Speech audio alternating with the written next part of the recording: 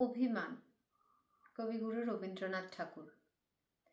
কারে দিব দোষ বন্ধু, কারে দিব দোষ? বৃথা করো আস্ফালন, বৃথা করো রোষ। যারা শুধু মরে কিন্তু নাহি দেয় প্রাণ, কেহ কভু তাহাদের করেনি সম্মান। যতই কাগজে কাঁদি, যত দি গালি, কালা মুখে পড়ে তত কলঙ্কের কালি। যে তোমারে অপমান করে অহর্নিশ, তারই কাছে তারই পরে তোমার নালিশ। নিজের বিচার যদি নাই নিজ হাতে, পদাঘাত খেয়ে যদি না পারো ফিরাতে, তবে ঘরে নত শিরে চুপ করে থাক।